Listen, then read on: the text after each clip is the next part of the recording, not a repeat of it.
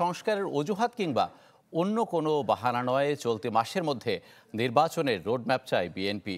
আর তা না হলে রাজনৈতিক দলগুলো পরবর্তী সিদ্ধান্ত নেবে বলে জানিয়েছেন বিএনপি নেতা সালাউদ্দিন আহমেদ। রাজধানীতে এক অনুষ্ঠানে নতুন দল এনসিপিকে স্বাগত জানান বিএনপি নেতারা। তবে প্রশ্ন তোলেন নতুন দলের সেকেন্ড রিপাবলিক ও গণপরিষদ নির্বাচনের ভাবনা নিয়ে।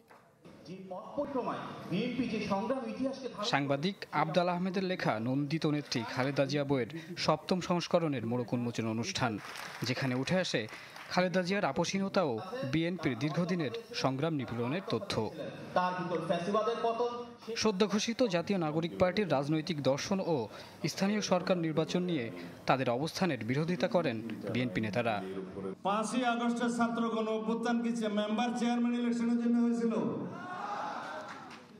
দেশে পৌরসভা উপজেলা চেয়ারম্যানদের নির্বাচনের জন্য কি ৫ই আগস্ট হয়েছিল? তাহলে তারা কেন শুধু মেম্বার চেয়ারম্যান ইলেকশন নিয়ে আগে হবে এই দাবি তুলছে? একটা বিষয় আছে, সেটা হচ্ছে যত গণতান্ত্রিক প্রক্রিয়ার উত্তরণের পথটা যত দীর্ঘায়িত হওয়া যায় ততই বোধহয় তাদের লাভ। নতুন যারা দল করেছেন তাদের উপরে উপস্থিত ছিলাম, অনেক ভালো ভালো কথা তারা বলেছে রাষ্ট্র সম্পর্কে, এ সম্পর্কে, কিন্তু একটা পলিটিক্যাল ফিলোসফি কিন্তু আমি পাইনি। চলতি মাসে নির্বাচনের রোডম্যাপ ঘোষণার দাবি জানান সালাউদ্দিন আহমেদ।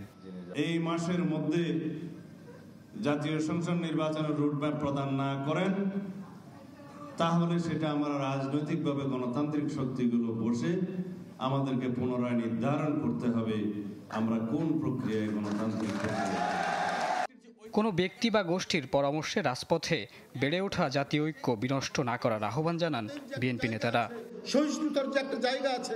শফিকুল ইসলাম, চ্যানেল 24, ঢাকা।